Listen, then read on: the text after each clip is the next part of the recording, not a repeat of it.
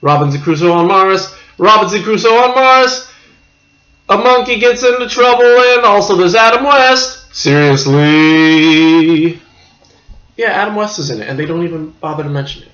I guess I'm just still feeling the after effects of his recent passing. Anyway. Hello there, CriterioNate here. Number 404, Byron Haskins, Robinson Crusoe on Mars. 1964, 110 minutes, color monaural, 2.35 on 1 aspect ratio.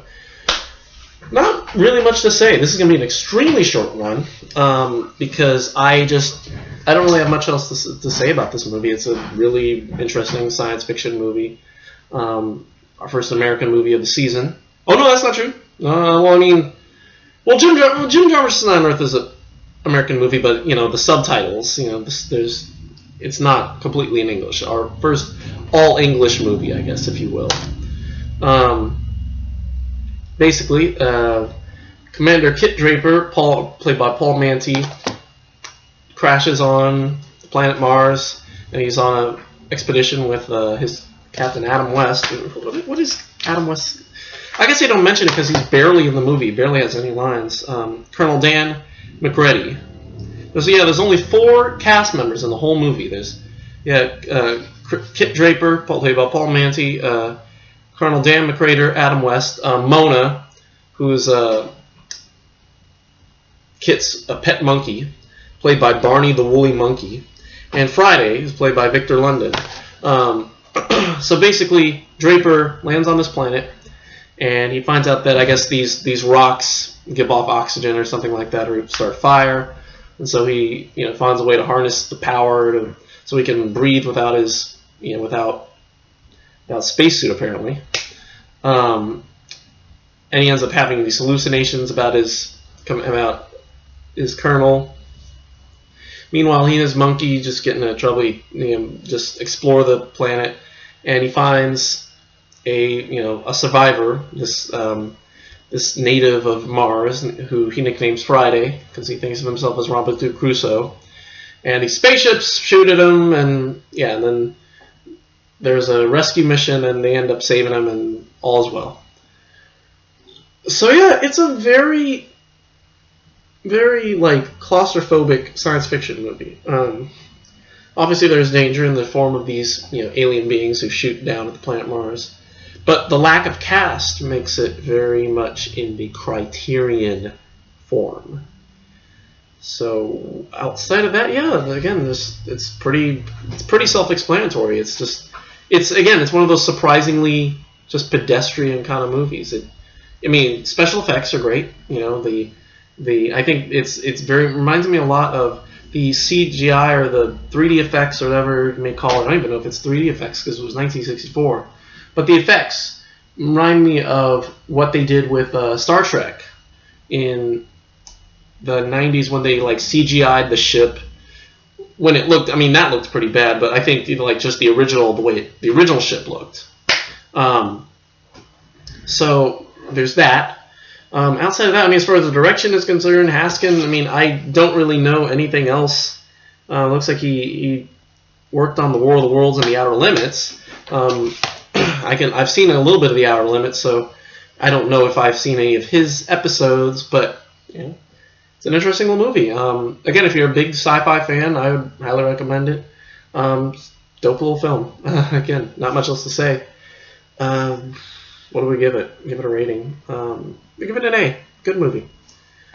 Pretty, again, not a crazy exciting movie. Not a crazy, it's got some thrills, some chills, but overall, just kind of just a little average, but good average. You know what I mean?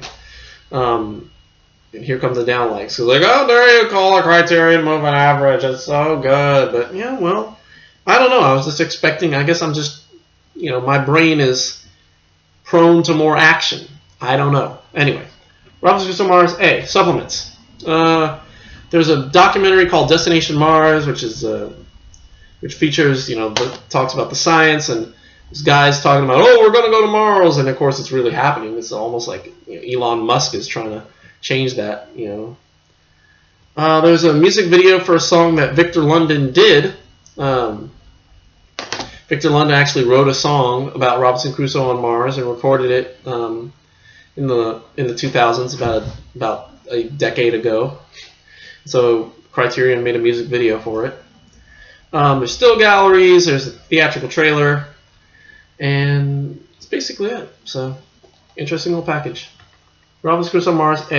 Check it out if you're into a different kind of sci-fi. So anyway, that's it for today. They announced the films today, and I'm sure that all the January 2018 films, and I'm sure all you guys are tripping. I said wow for the first time in a while because they got John Hughes' The Breakfast Club, and I'm like, really? The Breakfast Club? Are you serious? Some people are like, oh my god, that's so cool. And some people are like, are you really running out of ideas? Because, you know, for me, I personally think there are so many more better movies than The Breakfast Club. Random 80s movies like To Live and Die in L.A. I think would be great. Falcon and the Snowman would be cool. There's Pink Floyd The Wall. I've been dying to see Pink Floyd The Wall in the Criterion collection. And just a lot of other better movies. You know, I mean, I've never seen The Breakfast Club. I have never been a fan of the whole Rat Pack thing, Molly Ringwald and all them things. I really like St. Elmo's Fire. I've seen a St. Elmo's Fire, and that's a great movie. But, you know, 16 Candles, Pretty in Pink, you know, Breakfast Club. I mean, I've never been, and I guess what 16 Candles is coming out, right? I thought 16 Candles was coming out. Did I get that completely and utterly wrong, or was that just a hint on that little drawing thing? Yeah, they may be 16 Candles. Or maybe that was a throwaway. 16 Candles, John Hughes, Breakfast Club. You were supposed to piece it together. I don't know. Anyway, I'm more concerned about the fact that they're upgrading Young Mr. Lincoln. I just bought the DVD. I feel like I just bought the DVD as part of the last sale. So now I got to upgrade all over again. I'm like, oh, great. Because I like that movie a lot, and Henry Fonda was great in it. So I'm like, well, guess I got to sell it. I mean, I've got plenty of time. It's going to be way down the list. I'm going to go pick up the rest of my, you know, as far as buying DVDs or CD or Blu-rays or whatever, or buying Criterion. Next one I'm getting is more than likely Quadrophenia. Quadrophenia, then Merry Christmas, Mr. Lawrence, Insignificance, For All Mankind, Ran if I can scramble to get Ran somewhere, or Ron, Secret Honor, you know, I'm trying to work on 80s movies, you know, 70s, 80s movies that Criterion put out. I think I still gotta get For All Mankind too. That's what I gotta get too. I can remember I can't even remember what I have. Anyway, so that's it for me. Thank you for watching. I ain't got much else to say. Watch out for spaceships on Mars, because they'll attack you. It's the best moral I got. And we'll see you tomorrow for the 3 Penny Opera. And everything's on its way. I don't know. I won't be back to work until Wednesday, actually. So, yeah, tomorrow we'll do 3 Penny Opera. And then hopefully Wednesday something will come in. And then Thursday we'll do one. And maybe we'll do 2, maybe. I don't know. We'll see. Probably just 1. Probably we'll only have time to do 1 on Thursday. And then Saturday, we'll do 1 Saturday. And then Friday I'm off. I mean, Friday we're not going to be here.